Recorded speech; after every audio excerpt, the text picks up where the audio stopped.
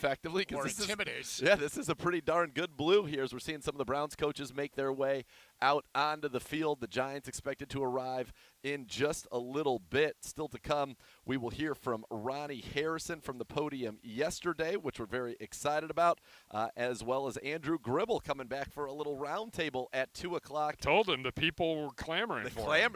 You guys were clamoring. What do we want? A roundtable? Yeah. When do we want it? 2 o'clock. Guess what? We're going to get it. And then I'll tell you, I'm looking forward to 2:30. Listening back, got a chance to sit down with Malik Jackson. Oh. What an interesting and fun guy who definitely, I think, has a future talking about the game for a living if he would like when he is done with his playing days, but still a lot of great football ahead of him. The Moving the Chains podcast, that's Daniel Jeremiah and Bucky Brooks. And why was Bucky Brooks so relevant right now? Of course, he did the color for the Jags preseason TV game. And so his broadcast was the one that was the national broadcast. And he was impressed with some of our rookies from the weekend. And here's him giving some love to two of our guys. I would say you're down. For me, there's a reason why we went crazy over JOK. Jeremiah. Yeah, I know. Yeah. DJ. He was a heat-seeking missile. The next guy to be that hybrid second-level defender that can go and make a ton of plays, he was terrific. But let me tell you who else is terrific in that secondary. Richard LeCount. Yeah. Richard LeCount is all Everybody over bailed. Everybody place. bailed off that ship, Buck. Hey. I was still hanging. I got my life jacket on, but I was still holding on, man. So once again, I saw him in high school make a ton of plays. I watched him go to college. He makes a ton of plays. He has great instincts and awareness and just a feel for the game. And the Cleveland Browns are going to be a team that we talk about for the next few years because they are talented and they have done a great job of just for whatever reason these guys fail, right? Yeah. They picked up really good football players and both of those guys stood out. If you remember, now they lucked out because JOK had that health scare, right? The heart thing that ended up being nothing, but that's why he was my 15th player for crying out loud. Unbelievable steal. Richard LeCount at his pro day ran 4.76. And everybody, if you remember, oh, I told you this guy can't play. Everybody bailed on him. I'm sitting here going, yeah, that's great. His tape's really good. And, oh, by the way, when you talk to teams with all the data, the GPS stuff for him is just fine, which is another example. We talked about it a lot in the run-up last year with the draft. Mm-hmm. People are going to be throwing 40s out, man. They've got GPS stuff. So I don't care. He ran 4.76. It doesn't matter. He plays a lot faster than that in terms of the percentile. He's in the 90th percentile for the position or 94th percentile, whatever he was. Yeah, you can have your 4.76 and drop him down your draft board. I'll keep him right where he is. And DJ, it just shows, and it's one of those things that we always talk about 20. Your eyes. When you look at him and you watch him play and he makes play after play after play after play, those guys tend to make plays at the next level. And so LeCount, Owusu-Koramoah, both of those guys really, really stood out to me. I can't get enough of just talking about how those guys are able to kind of do what they do. You're up. Yeah, and you talk about two guys that had very nice showings down in Jacksonville. They'd be at the top of the list on the defensive side of the ball. Yes, they were. I might be guilty. I kind of slept a little bit on LeCount going into the game. I don't know about you. I was waiting to see Jeremiah Owusu-Koramoah, but, I was waiting to see Greg Newsome. I was excited about him, but I might have slept a little bit on LeCount. He was exceptional. He was really exceptional. And when you go back into his past, he was a really big recruit for Georgia to end up getting him. Yeah. Really. And they took him away from Urban Meyer, wanted him at Ohio State. Yeah. He was a 5-star safety, ends up going, as we've talked about many times, first-team All-SEC, team captain at Georgia. So this was a guy that not only did it on the field, had the respect in the locker room, and he mentioned it there, and this is something I wanted to ask you about because I've talked about it as well. He tested his GPS data was elite in terms of his play speed, his ability to break on the ball, his transitions, all of those things were elite. At what point do you think we will get away from the basic combine testing of the 40 and this, and we're going to rely on, what does this guy actually do on a football field? Oh, I think very soon, if not if not a lot of teams doing it already. I mean, he's kind of a poster boy for it. If you bring his case up, and when you say that, his break on the ball is pretty incredible. He had tremendous breaks on the ball. He almost had another interception. Yeah. I'm sure he thinks he should have had the interception. And he had a classic break on the ball. He jumped it and got out in front of it and just couldn't put it away. So I would say that would be the new wave. Maybe not the new wave. It will become the wave. I think you're right about that. And Richard LeCounte's a guy who now makes things so interesting in that safety room because – and unfortunately, the setback we saw yesterday, Grant Delpit going inside, which you don't want to see at all. And that kid, it just feels like he can't catch a break as he was chasing down Davion Davis on a pass route. And you saw just kind of the disappointment on his face as he heads back in. Sheldrick Redwine is still not ready. The good news is you have, John Johnson III, who has been steady all camp long, and Ronnie Harrison back in the mix as well now. But Richard LeCounte stepped up, and he's a guy who, you think about the Giants, I'll be interested to see what he does in these joint practices. But he puts together a couple good joint practices and then a nice performance again against the Giants. And Richard LeCounte's a guy that is firmly in the mix. You weren't here, so I'm going to bring it up again. But in doing some research for the game on Sunday, I came across a couple of pieces that indicated that the Giants – as an organization are coming full bore here to watch these practices and are salivating over how many quality offensive linemen the Browns have in camp. They numbered 12 to 13 NFL quality offensive linemen that they have in camp. They've got a real deficiency, even in their starting five per se, of their offensive line. Their whole problem last year, they had many, but right at the top of the list was the offensive line. Of course. And they haven't been able to solve that. And they want all their personnel people to get in here to get a up-close and personal look at what the Browns have here because you can't keep them all, right? You can't, and I think that's a very interesting point, and that was something that was hammered home pretty significantly, honestly, by the New York media and by their owner. When the things that he was asked in that, you talked about that interview where he gave all those comments that came out from that one that were some not as flattering for people in the organization. But one of the things they asked right at the top of that was, how are we in this position with all the assets, both draft and free agency, that we've put into this offensive line? And he said, we've whiffed over and over. We have whiffed in the draft, and we have whiffed in free agency. Right. Yeah. And so that's where they are. But you mentioned, so they think there are 12 to 13 NFL quality on the Browns alone? Yes. Okay, so it's starting five, obviously. I think the whole backup five that we just saw last week, which would be Hudson, Hubbard, Harris, Dunn, and Hance. And then behind that, perhaps they saw Greg Senat, who had a solid showing in that preseason opener. And beyond that, look, I know internally they think they have 6 guards that can play in the league, and so those next two would be Drew Forbes and Colby Gossett. So right there, we're at 13. The other thing is they know that there's a great offensive line coach here. Well, of course. And he's got his hands all over them, right? Yep. And they know you get a guy out of this camp, you get a guy that's probably ready to go. He's been coached and tutored and really drilled and instructed by one of the best in the business.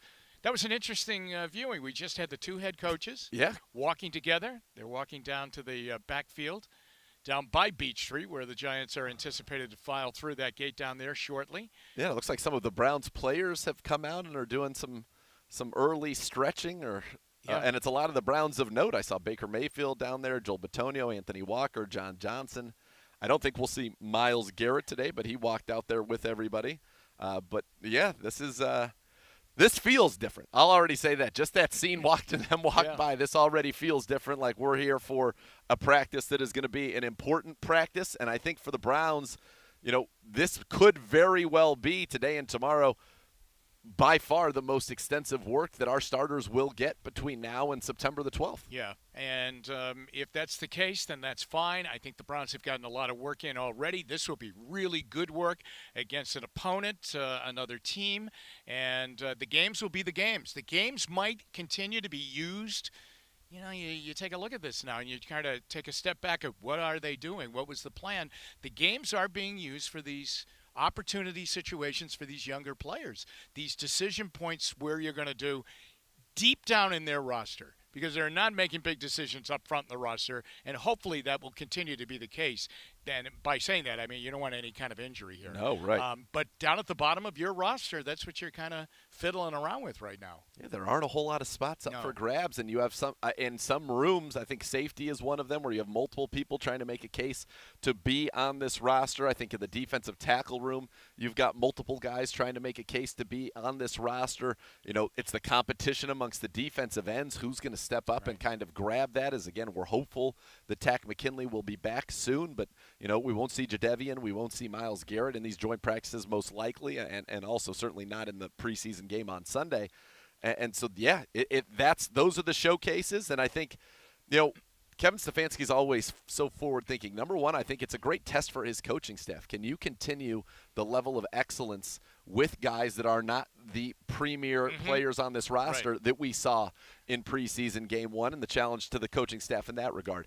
I also think it's an opportunity for guys to make their case to be on this roster, and for others, it is an opportunity because the Browns are now on a very different side of things. It is an opportunity for the Cleveland Browns to go ahead and showcase guys that they feel deserve to play in the league that, quite frankly, we know we can't keep them all here. You know, I was wondering before you got here, did the Browns do Damian Square a solid? In other words, I think release him now. Yes. There are enough teams out there that would – I mean, this guy's a quality player, certainly knows the drill, can play in the NFL. He has proven that. Now he's got time to go out and find another camp with a couple of weeks before the regular season. The other thing on the other side of that, it kind of tells you that they're pretty comfortable with what they have here. I think it speaks to just the spectacular camp and performance that continued in the preseason game that Sheldon Day had. Yeah. And so if you're looking for, you know, another veteran in that room, Sheldon Day's a 5-year veteran, was appeared in 60 career games. Now Square's a 9-year veteran. He's played in 16 games, 4 straight seasons for the Chargers. So this was a guy that wasn't just on a roster. He was playing, and you know, you hope that he's able to find a latch on somewhere else, and I think that's part of the reason why this was done, as you mentioned, this quickly for him. It also says, you know, with Demetric Felton going back to running back this week and some of the injuries in that receiver room, and also knowing who's not going to participate there. Now Jamarcus Bradley's down. Alex Hollins is banged up. They've been, you know, judicious with JoJo Natson. Switzer goes to IR. You needed another body in that wide receiver room. That's right. You need receivers, right? You need guys to run routes. routes. To go out and run routes for you, and a great opportunity for a guy to come in. That's how Davion Davis jumped out onto the scene. Yeah. And he has jumped out onto the scene, and he did it again yesterday. He was terrific again yesterday. I mean, right now he's a guy that you feel like has put himself in a position to end up on, you know, perhaps the practice squad here with the Cleveland Browns, or to audition for somebody else. I mean, it feels so hard to crack this wide receiver room as it stands right now, but Davion Davis has done nothing but put out tremendous tape for himself since joining this organization, and that's definitely what this is about. All right, we'll take a break. When we come back, on the other side, Ronnie Harrison. Great to see him back on the field this week here at the Cross Country Mortgage Campus. He spoke with the media. We will hear from him next.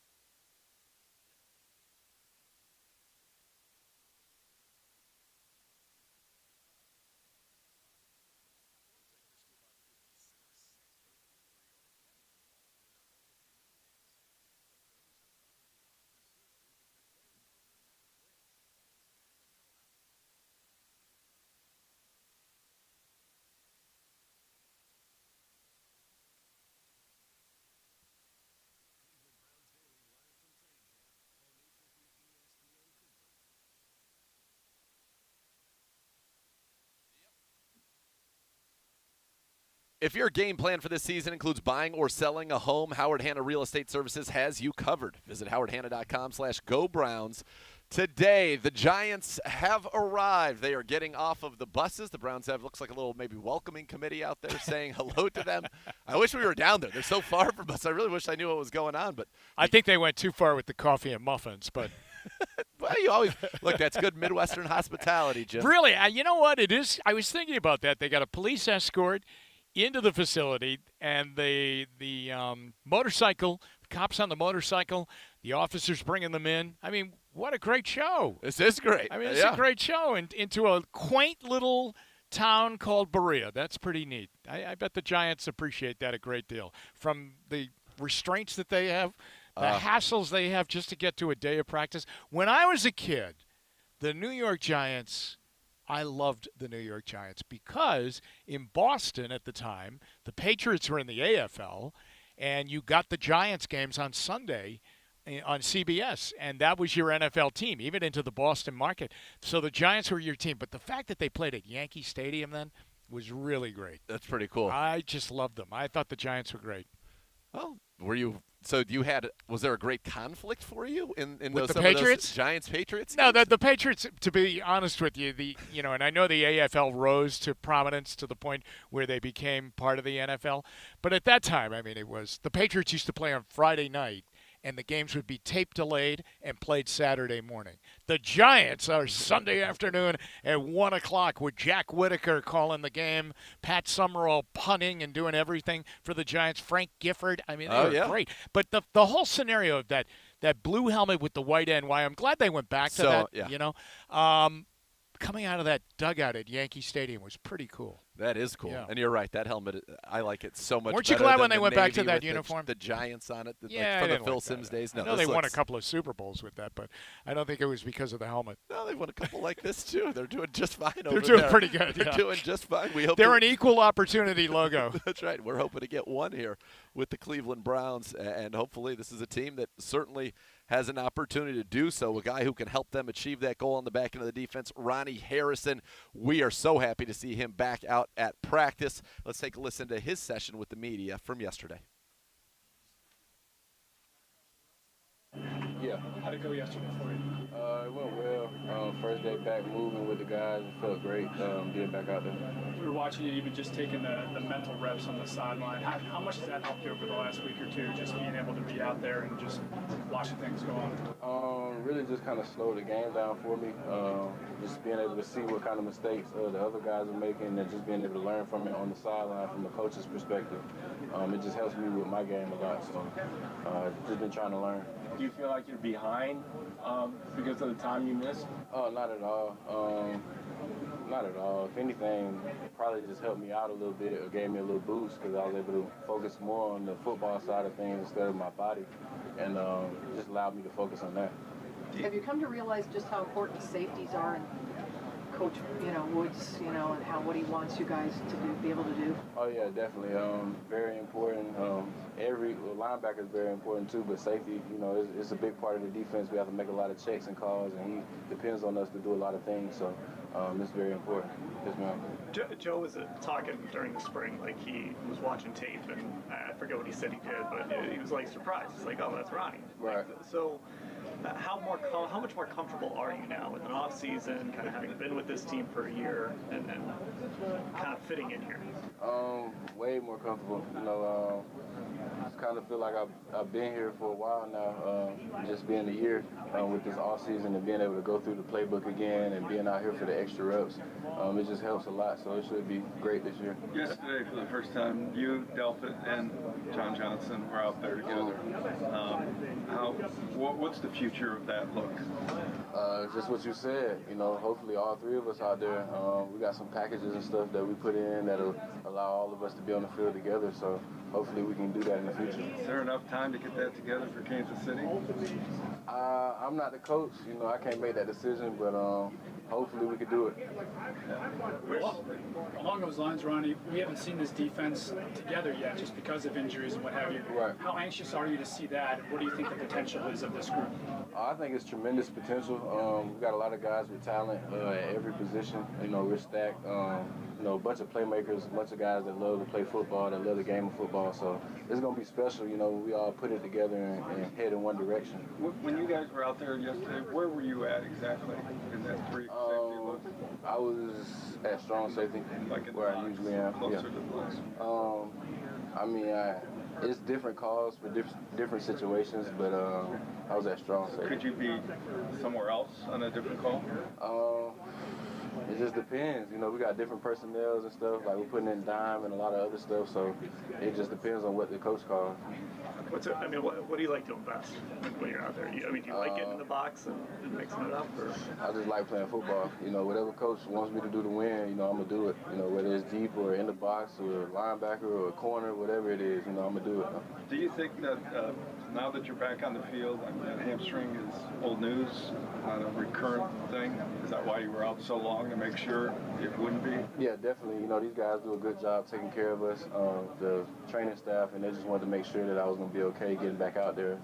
Didn't want to be dealing with this going into the season. Ron, you full go for tomorrow then? Not sure. It's on them. This is my first week back, so it's kind of like working back in, so I'm not sure. How anxious do you think guys are, though, to go against the Giants and hit somebody else? Oh, I think it'll be great. I think this team is really anxious to keep working, especially after the Jaguars game. We see kind of where we are, so we just want to keep improving on that week to week. Ryan, do you think I'll say you specifically, but players, do you guys need some game action before the season starts? You need to play in the preseason game. I think it's different, player to player. Some people may feel like, that the preseason they don't need, it might just be a risk of injury or something like that. But a lot of guys, some other guys like to get their feet wet and get their timing down. So I think it's just player to player. How about you then? With me, this is my fourth year, I've been playing football a long time. I wouldn't mind going out there playing, get my feet wet, but at the same time, I'm ready. What's most impressed you about Johnson? Johnson? Oh, just his range and ability and how much he loves football. Like, you can just look at him and tell at practice how much he loves football. He's usually first in all the drills, even special teams. Like, he's on a lot of special teams. Like, he loves football. How difficult is it to get traded to a team a week before the season? You got to move, and then you got to learn a new defense. Right. How difficult is that really?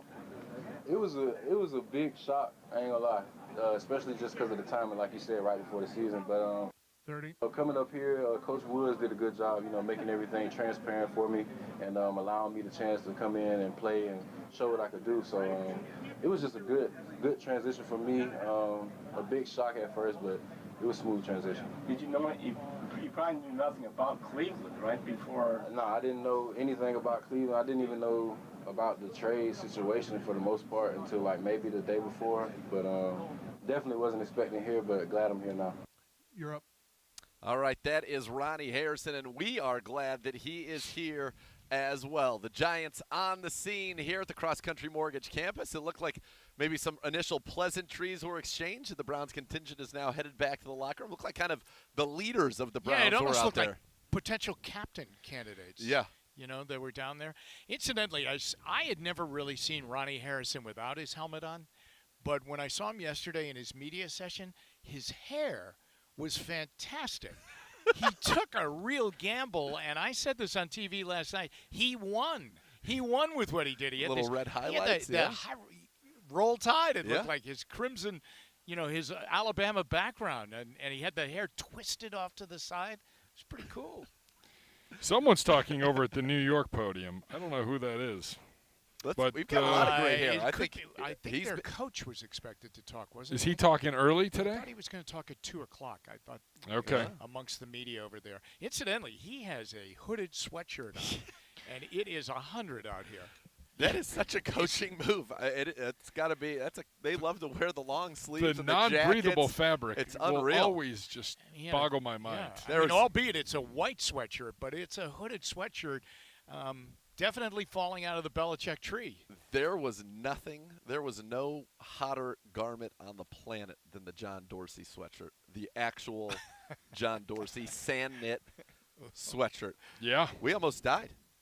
We was- wore it them was in the warm. studio one day. I think it was myself. Was it Joe Thomas? The Hoff? Yeah, and Beau. And Beau. And we had to take them off because we were cooking. We were cooking ourselves. Could not do a show with it. And he wore them outdoors, which is incredible. But you see the Giants now starting to walk around. Some of the Browns players making their way out onto the field, not for the welcoming committee, but perhaps to just, go through their pre-practice rituals, getting ready. This has a little bit of an air to it. I will say, it feels like we're seeing something special. We're long past Drew Forbes. Oh being yeah, the first out. Okay? well past. We're well past that. Got a We're whole ready other to go. football team Yeah. here. See Mike Glennon, even from here, guys, a giant. From far away as he makes his way in. The Giants quarterbacks in the red jerseys, no contact jerseys. The Browns quarterbacks in their orange no contact jerseys today. But this is going to be I think it's going to be a fun one, and I think this is going to be tape that the coaches are going to be very interested to dive into when it's all said and done. As your man there's Drew Forbes, there he is, making his way out. I think the change in the schedule threw him off today. Otherwise, he would have certainly been out much earlier. It was not a podium. No podium today. No, but today it was hard to say. It was. Today, you just throw this one. These are joint practices. You throw these out. These don't count. We're talking about the pure stuff. The pure, just a Browns training camp practice, Gibe. Okay, so are we all in white, or do we have a little brown? We have brown pants with the orange stripes. Okay, so everybody's in white today. We're not. Hold on, let him do the intro. Yeah, you can intro. Yeah. Oh no. Do you know people? If they're coming to the stadium, they realize when we do that. We go through the uniform description. They know they got to hustle and get in. Yeah, it's time. It's time to get in. It's time. Let's go. We just did the uniforms. Football is imminent, folks, at First Energy Stadium when you hear that call from the voice of your Cleveland Browns, Jim Dodd. But all right, we'll be back with the Roundtable. Gribbs making his way over here. I tell you, there's a little energy, there's a little buzz in the air. You can feel the tension, the excitement here as the Browns and the Giants set to get ready for their joint practice here in about 25 minutes, half hour here at the Cross Country Mortgage Camps. We'll be back with more Cleveland Browns Daily right after this.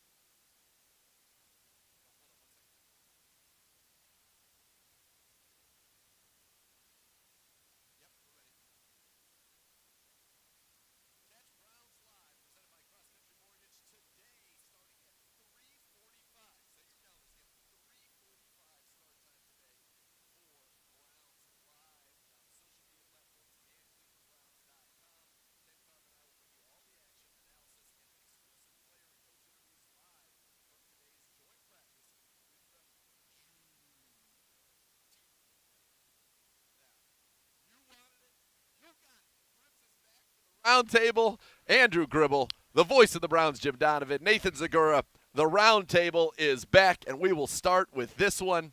Well, first of all, Gribbs, did you get a chance to partake or to soak in the welcoming party that happened out there? I did not. No, what happened?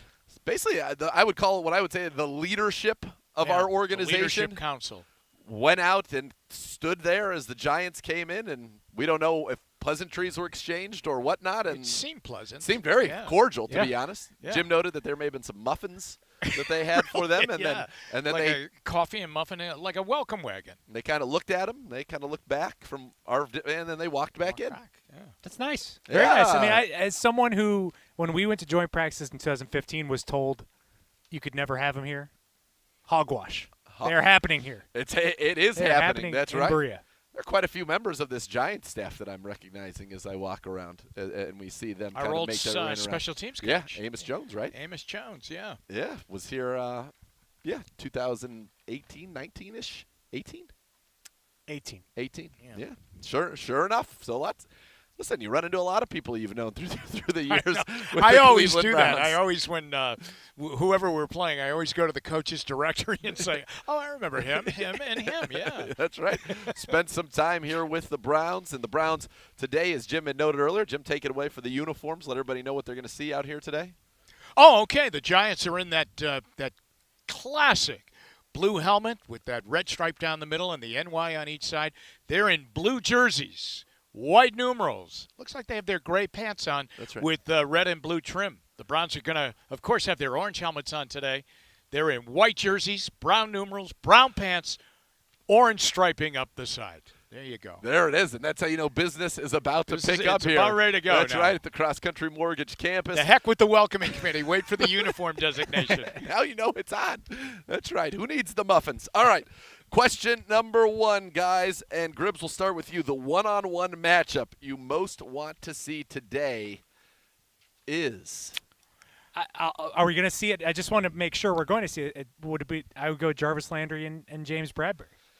I think that's a good one. I like seeing. I already liked what I saw out of Dolphins-Falcons camp today, with Calvin Ridley versus Byron Jones, which a very hot topic of debate between offensive line Twitter and DB and wide receiver Twitter. Really? Over what happened there, but it was just a great thing to see. What did happen? I didn't see it. Calvin Ridley totally just roasted Byron Jones. Did Xavier Howard come over for a turn? And Byron Jones just stopped even chasing. But offensive line Twitter was quick to note there's no way that a quarterback is getting that much time in a goal line situation. There was about 6 different moves to reach the point where he'd gotten smoked. But, Landry versus Bradbury, I think that'd be a very good one. I think that will be a good one. Jim? I'm going to go Baker Mayfield against Jabril Peppers. Yes. Huh? I would love to see that. Yeah, I love that. I liked Peppers when he was here. And that would be a big day for him. I would like to see that. The other thing that's not going to happen that has been the buzz over in the media center is OBJ with the New York media. That ain't happening, I don't think. I don't believe that it's happening either. And OBJ and Bradbury would be a fun one. I want to see, a guy that's been a stud so far here for us, and that's Donovan Peoples-Jones. And I'd like to see Donovan Peoples-Jones go do some work against a James Bradbury and a Dory Jackson and see how it looks, Logan Ryan, when he translates that out here on the field against somebody he hasn't gone against yet. They have been trading defensive backs in this week. They traded the kid Yedem. He went over to Green Bay. They get Josh Jones. And they brought in Keon, what's his name? Keon Crossan. Oh, that was the trade that they made with the Texans. The Texans, yeah. Yep. I think he's more of a special teams player, but he's a corner too. But that's 2 moves this week. These guys are some new faces, and they get to come right to Berea as we see. It looks like Jadeveon Clowney and Denzel Ward, along with Myles Garrett, to be expected, not participating in this. And it's funny, we talk about the space here. It looks like plenty of room for everybody to get their stretching going on. The Browns on the left field, closest to the grandstands right now. The Giants on the right field, furthest away from the grandstands as we look at it from our seats here. All right, the position group you are most interested today, Jim, is? I'm interested in the Browns' offensive line and to see, because we haven't seen them, really pressed a great deal. I'm interested to see them if they go up against the ones of the Giants. That's a good defensive line. There's a lot of rich draft talent that came out of there, high picks. So I think that would be a really good thing. I know we have the Browns offensive line at the top of the NFL, and I think this Giant defensive line is good. That would be a good matchup. I'm going with the Browns safeties just because we're seeing now the third day of Ronnie Harrison getting back in action. You saw it out there yesterday with him and John Johnson out there. That should be your first group of safeties. And Giants are not being here. We just haven't seen much of that at all in training camp. So I think that's a good test to see them out there. But I'll throw in another one just along with it. The defensive ends without Myles Garrett and Jadeveon Clowney going up against Andrew Thomas, Matt Pert of the Giants. Different look for them, and you might see a little bit extra intensity ramped up when you're going against a different set of tackles out there. Yeah, that certainly is an important group for the Browns to see one of those defensive ends really start to emerge and assert themselves. So that's something that I will be looking for. As I note now, it looks like Anthony Schwartz, who was back yesterday as well as on Tuesday, it doesn't look like he will be going today for the Browns. Anthony Schwartz in just his shorts today, not in dress to compete for the Browns. And he was somebody that I would definitely have wanted to see.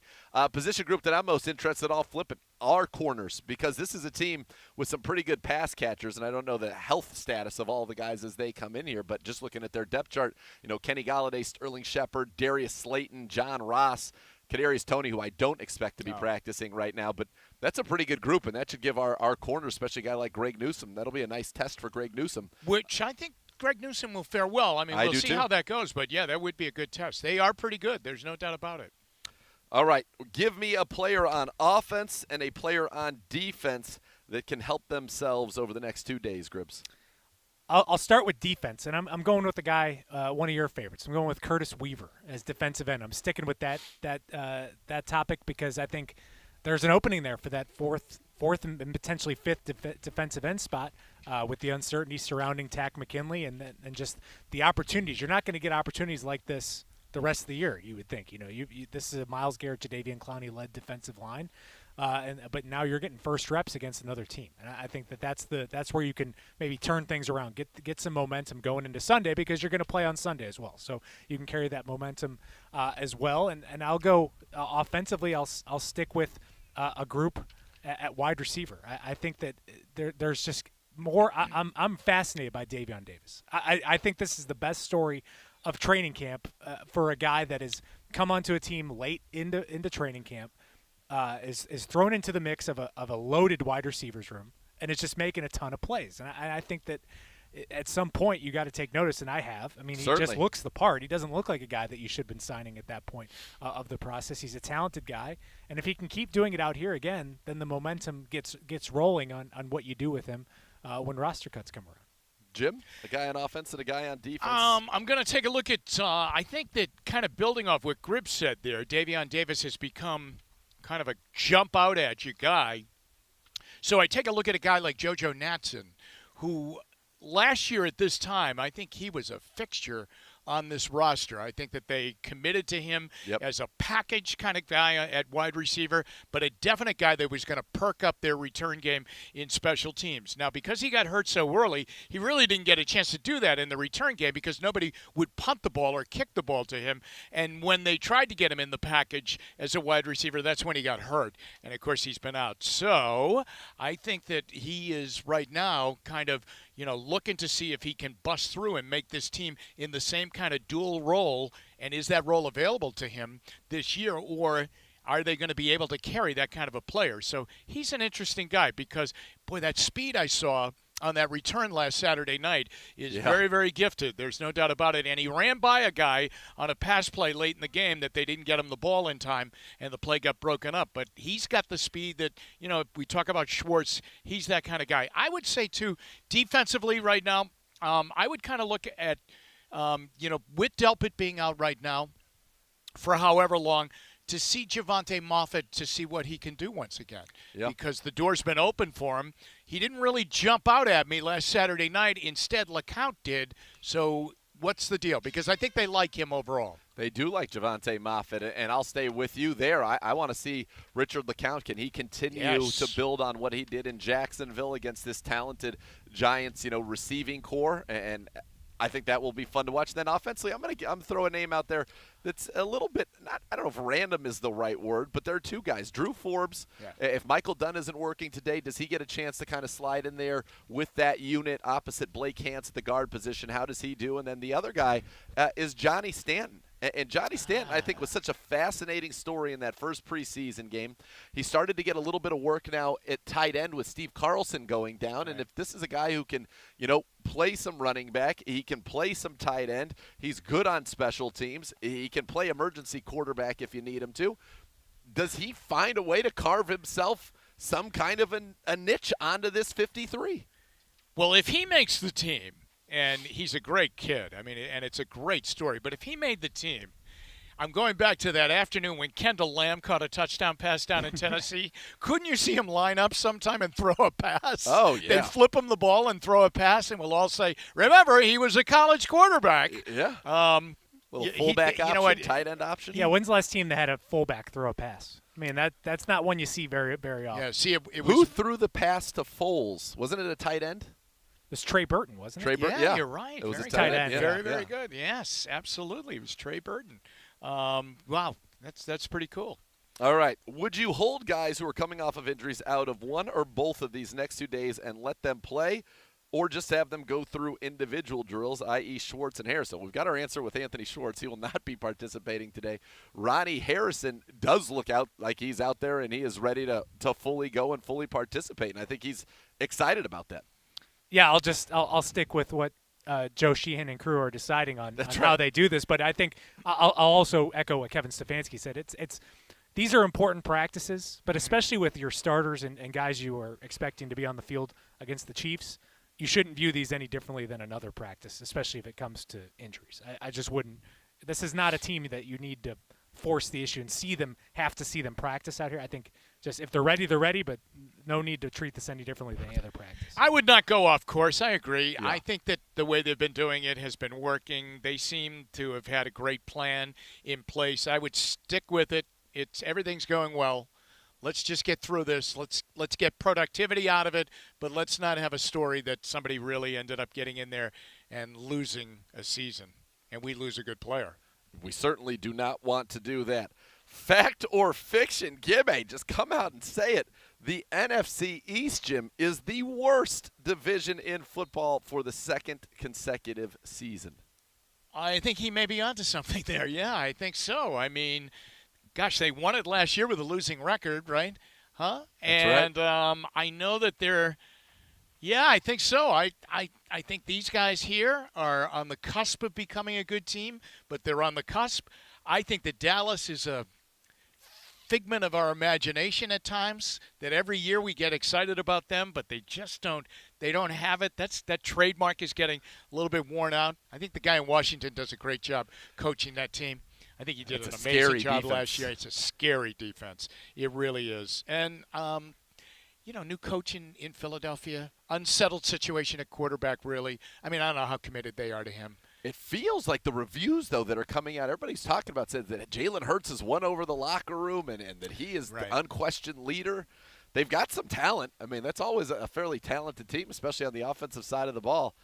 I was just trying to think of a division that I thought was on that level that doesn't – every other division – feels like it has in the NFC. In the NFC North, you've got the Packers that feel like a legit Super Bowl team. You've got the team, Buccaneers in the South. The entire West is loaded. In the AFC, you've got the Chiefs in the West, among some other decent teams. You've got our division, which is loaded. In the AFC East, you've got the Bills, who are a legitimate Super Bowl team. The other division that we might be talking about, honestly, is the South. But that was my pick. I think they're the worst because it's all about how you view things. It's almost like the South has a legit Super Bowl contender in the Titans. But they probably have you could see the end of the season that the Texans and Jaguars could be the two worst teams in the NFL. It could be one, I mean, that could be one. I mean, so that's 4 games that the Titans get to play against those teams. So I mean, that's how I feel like clearly there's not a Super Bowl contender in the East, but I think the worst of the East is better than the worst of the AFC South. I think that's fair. I think those are the two. Those are the well two analyzed conferences that are I the think two these, divisions. I think these questions through that I get 10 minutes for the segment. That's good preparation. I like that. And a bit of sarcasm. There was a little bit of shade at the big. I don't want people prepping. No, I don't want this scripted. No, I you want it want- fresh take. Yeah, Hot take. Give me something. Incidentally, let me just say, I think it was really cool of Gribbs to give up his police escort over for the Roundtable segment and give it to the Giants to get them through traffic in Berea. It was nice. That's why he had to leave very early to make sure he got here on time today. Either, neither, or both. 2 years from now, which quarterback has the best chance to still be their respective team's starting quarterback? Daniel Jones or Jalen Hurts? I'm going with Daniel Jones. Yeah. I think that there's some fixable things with Daniel Jones that I think that have been problems, and the big one being holding on to the football. I think that can be fixed, and I think he's shown enough that you can see long term that he could be the answer here, and I think they're committed to him. It seems like, and again, things can change after a year or so, but I think he's got a chance, but I don't feel great about both, but I'd give him a better chance. The thing I would fear not about Daniel Jones, and it's not about his talent, it's about the team he plays for and that offensive line in front of him. Until they solve that, he is going to struggle, and anybody would. I mean, any quarterback would struggle. They really have an offensive line issue in their starting five and what's behind that, and until they can settle that down, I think that what happened to him last year is he takes a beating, and I think he'll continue to take a beating, and that carves years off of your NFL career. But style of play, I definitely think, if they did fix that, I think he has more upside and more longevity. Yeah. All the big wigs are out. Ryan Grigson making his way out to the field for the Browns and taking these joint practices. We see the Giants kind of going through their paces over there. The Browns and doing some special teams work right now as well as they get ready for this joint practice that you're excited about. And I got eyes on our former head coach, Freddie Kitchens, over there looking great in the blue bucket hat, wearing a white shirt. He's got the blue bucket hat over there working with the Giants offense.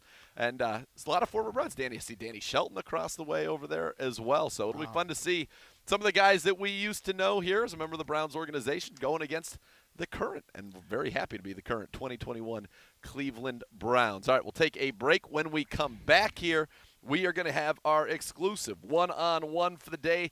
This one with Malik Jackson. And Browns fans, I think you're going to enjoy my conversation with Malik, who is, I think, a very important player on the field. He's an important player in the locker room, and I think he's going to be somebody that Browns fans immediately enjoy on this football team. We'll be back to more Cleveland Browns Daily right after this.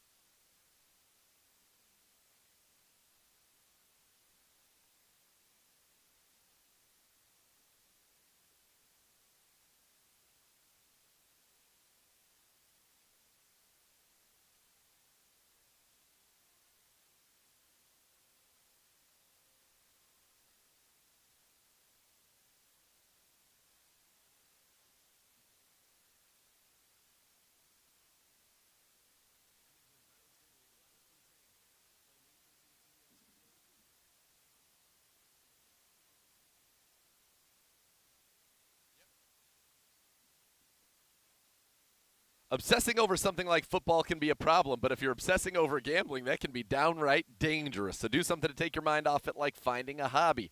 Want more tips like this? Go to keepitfunohio.com for great ways to keep gambling fun.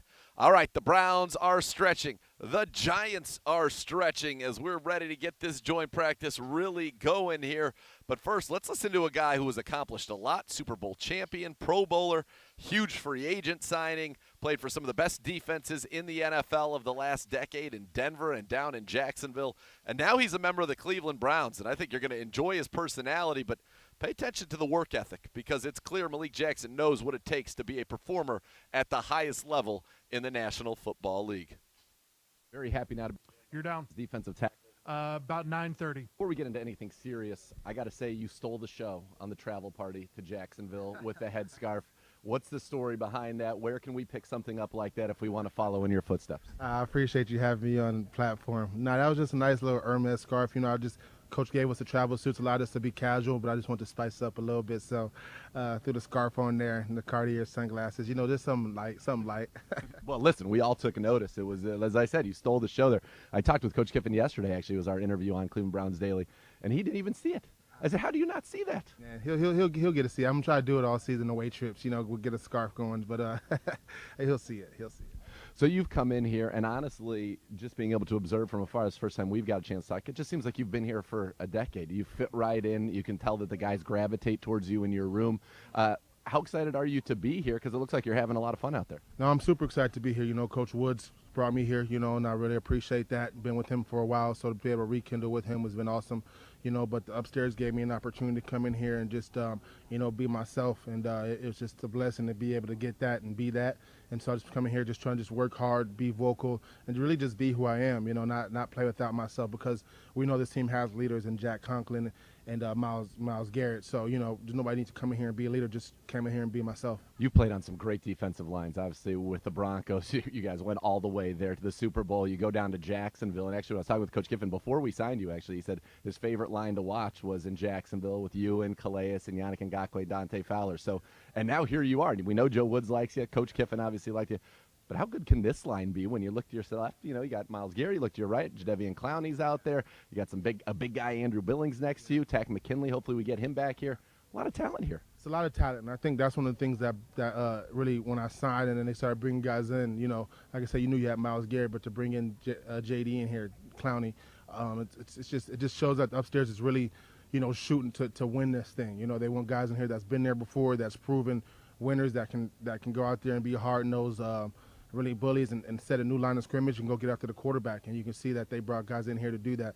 And so it's just up to us just really be consistent and productive. And so, they did their job. Now it's up to us to get ready.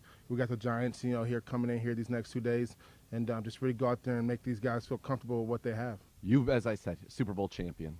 So you've been on a team where it's all come together. This team has a lot of talent, but there is something, there's that extra factor, right, that allows a team to do that. What is it, and are the young guys trying to pick your brains on how we can kind of tap into that?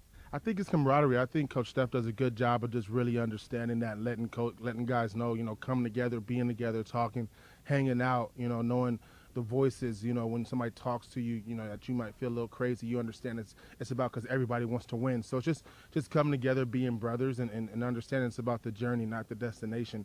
And every day we're out here, we have to focus and work hard and come together. So, like I said, we got the Giants coming here today, so it's just a big challenge for us to really see if the things, he's been preaching, the things we've been working are truly going to show. So I'm excited. You got to be happy also to go against a different offensive line. That's a great one to get work against, obviously, but it might be nice to see somebody that's not either, an all-pro or a Pro Bowler across from you. Yeah, it's just nice just to kind of see what your SEALs have got. You know what I'm saying? For the last few days now, I've been thinking about the Giants online, thinking about what I want to do, what I need to do, thinking about who they are, what they like to do. I watched some film last night on them for a little bit, just to try and just get an understanding, because like you said, they are a good old line, and they're consistent and they're big. So just ready to come in here and just see what they have, see the different techniques they have and the different run scheme they have, and ready to see where I fit at. I love what you just said right there, and I hope that the younger guys pay. You said, look, we're going for joint practice, which for you might be the most work you get in the preseason. Let's be honest. We're focused on September the 12th and beyond, but you're studying film to get ready for a joint practice, and that's the kind of work ethic that takes your talents and allows you to be a guy that have the success that you have. Do the young guys see that? Are they asking good questions to you and learning from that kind of ethic? Yeah, the young guys, I think they don't know what question to ask. You know what I'm saying? So it's one of those things. I think it's one of those things I've noticed now, like I talk a lot. You know, it's like, but it's not like too much talking. It's just about the fact of just saying, like last night before we broke meetings, I said, hey, man, make sure you guys go home, turn that film on, you know, kick your feet up and really just kind of just get ready for what's coming. So I just try to just let them know what I think, you know what I'm saying? Might say I talk a lot, but, you know, it's just telling them, you know, what I'm thinking, what I'm going to do and who I am. So hopefully they can just kind of, you know, take it if you want it, you know? We know from being out here at practice, Coach Stefanski doesn't want to run at you. So do you think that the Giants might actually, maybe they'll run at you and let you get some of that work? I think I have 2 days to really nip that in the butt. So, you know what I'm saying? Today I'm going out here juiced up, really set edges. They got a good guard in Will Hernandez and the other left guard, really good guard. So I think they're going to believe in their guys, but it's up to me to go and, you know, snuff that out and tell them start going the other way. And listen, you spent a year in Philly, so you know the NFC East, you know these Giants well, and I'm sure it's going to be fun for you to get back out there and mix it up with those guys. Yeah, exactly. We know each other well, so that's what I'm saying. They know me, I know them, and you know, with some mutual respect there. So I know they're ready to come off and get after it, and they know I'm coming to get after it. So yeah. It seems like you and Coach Stefanski already have a good relationship. You know what I was referencing there when you yelled at him after they did that little toss-out to Chubb, the fake dive toss-out to Chubb for the big run. Come run at me. What's that relationship been like for you? As a guy who's been around, you've seen a lot of different head coaches, different styles. Nah, man, Coach Stefanski's done a great job, man. He's one of the best coaches I've been around. Just being able to take care of his guys. He understands his guys. He doesn't treat us – he treats us different, but not different, but like to the fact of you get what you've earned. You know what I'm saying? So we all don't get treated the same, but we all, you know, it's a thin line, you know, but he takes really good care of us. He's very passionate. He knows how to talk, but when he raises his voice, you know that he's not playing. You know what I'm saying? So I'm just glad I get the opportunity to work with him. Glad he's my head coach, man. Like I said, he's been awesome for me going into year 10, being able to take care of me, but also give me all the work I want and I need, you know. So it's been great, man. I really feel energized coming in this year. And, you know, I attribute that to him just taking care and just pushing and understanding, you know, as a vet who I am. So. Are you going to go into broadcasting after this or coaching? I mean, it's very natural for you, the gift of gab. If they're giving me those 10 figures like they do out here, no, I'm kidding. We'll see, man. You know, but we'll see. Right now, no, but we'll see. Just enjoying playing the game, which is good. Now, I also heard from Coach Kiffin yesterday that you have fun with the rookies, and Tommy Togiai's guy who's a little shy, so you make him come up and tell jokes in front of the room every now and then. Has he hit a home run yet? Has he had a joke that really landed? Tommy.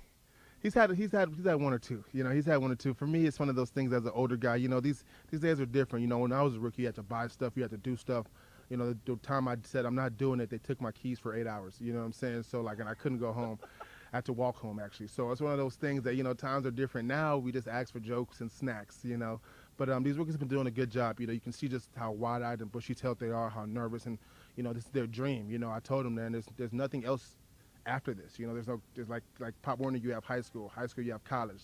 There's nothing else after this, so you got to live your dream. And these guys have come in, you know, you can see them kind of going crazy early. Now they're calming down, understanding the defense, losing all that college stuff they learned and really applying this. So it's cool to see, man. They're doing a good job. Their jokes suck, but you know, it's one of those things. You just got to be able to. For me, it's just get up there and, you know, like what I told them was.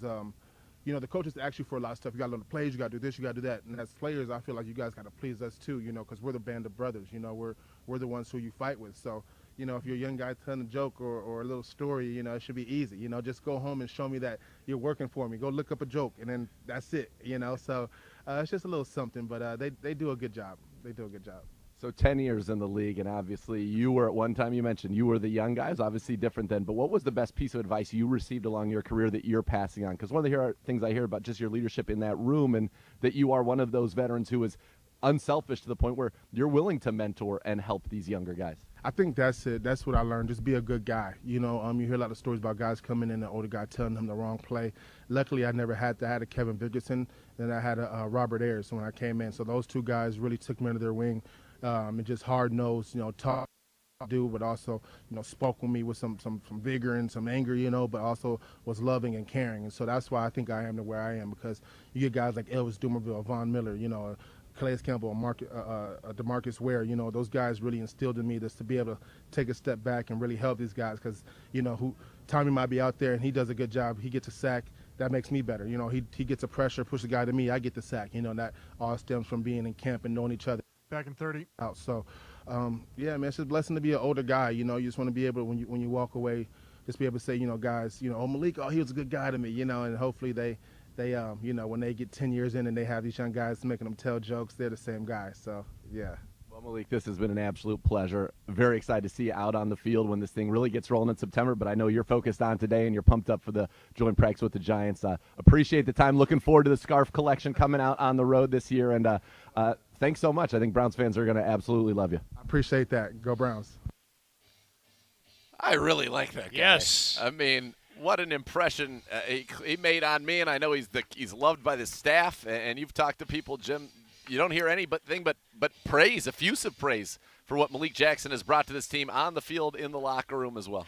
They have brought in players that are born leaders in free agency. John Johnson's been a leader in that back of that secondary. Malik Jackson along that defensive line. Anthony Walker at linebacker. So in the rebuilding of this defense, what they did in free agency, they got players that, have great talent, and they're rewarded for that. But there's a dual role, too, because they're matching those guys with younger players, and they're getting the right voice in their ear. Coaches do their thing, but when they hear it from players like that, it's important, and all of them credit somebody else in their past that kind of helped them along. And I think that's when you come into a system, as he mentioned, Robert Ayers, for example, was willing to impart knowledge on him and make him better, and then so he's been willing to pass it down.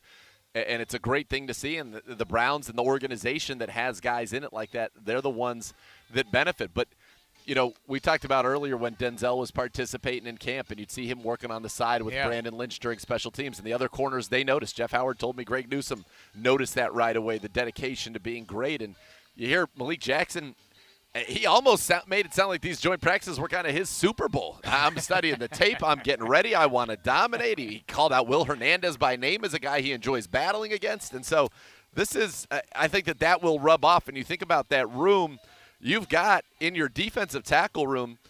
Tommy Togiai's never played a snap in the NFL in a regular season game. Marvin Wilson's never played a snap in the NFL in a regular season game. Malik McDowell, who might be the most talented guy in that room, has never played a snap in the NFL for a variety of reasons. And so to be able to have somebody like that, even for a second-year player in Jordan Elliott, to have a Malik Jackson in that room, to have a Sheldon Day, a 5-year vet, Billings, a 5-year vet in that room, I think it helps. And you're right, there's been a great marriage of youth and the right kind of experience at all three levels, certainly in the defensive rebuild of the Cleveland Browns. Boy, Nathan, I have to tell you, these defensive backs work out. They are really drilled, aren't they? I mean, this is really something. Watching them go through their individual drills, it really is something to watch. I mean, it is technique. Jeff Howard, Brandon Lynch really put these corners and these safeties through the paces, and then they break up now, and Howard goes with the safeties, Lynch with the corners. But it is the technique. It's the angle of your breaks. It's the explosion. It's the footwork. And, when they talk about Greedy, they said Greedy has all the natural press man technique that you could want. This is just something that comes natural to him. But they've been really working with him on his zone coverage technique, and that's something they said Greedy has really taken to their coaching, and they're very excited about his development. This is a big day for Greedy Williams, too. I think he has done a great job so far. First of all, to get on the field. Then he got on the field Saturday night. He's out there every day. He's not missing time. There were a couple of days I thought that he was a little unsure. Naturally, I mean, he went through a terrible situation last year. Sure. But I think his confidence has grown, and I think he looks good out there. But he is out there every day, and he's not on the sideline, and he's working. He's working to get back. He realizes he needs to really impress these coaches that, he's worth it.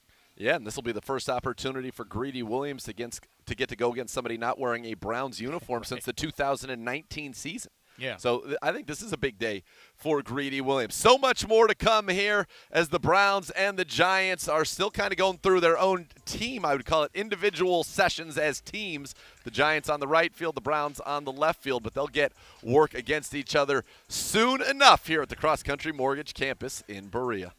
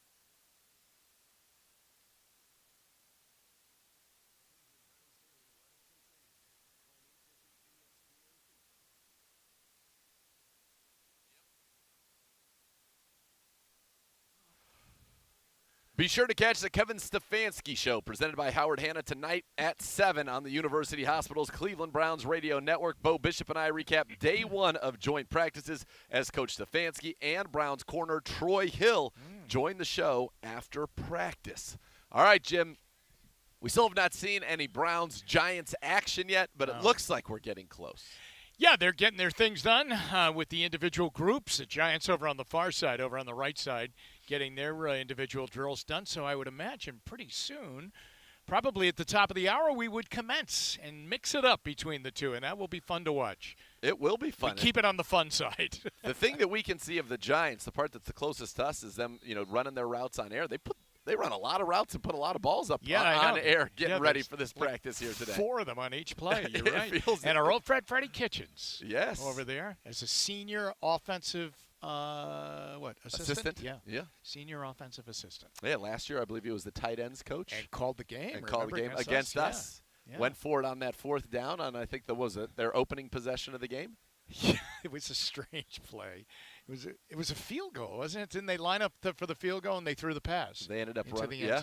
And we were able to withstand that and go on to win that game, an important game for the Browns. Obviously, they were all important last year down the stretch. Well, the reason at that time, if you remember, the game got flexed into Sunday night because it became a Sunday night game off the original schedule was because the Giants were showing a little bit of life at that time that they might be a factor in the NFC East. Naturally, NBC would want that New York market. Yeah. And us, we were a great story. We were? We were a great story and turned out to be a better story than them. Listen, if you could see 500 on the horizon last year, you were in it late in the season in the NFC East. And the Giants at that point, they couldn't see it. You were home in the opening round. That's right. You had a chance, like the Washington football team.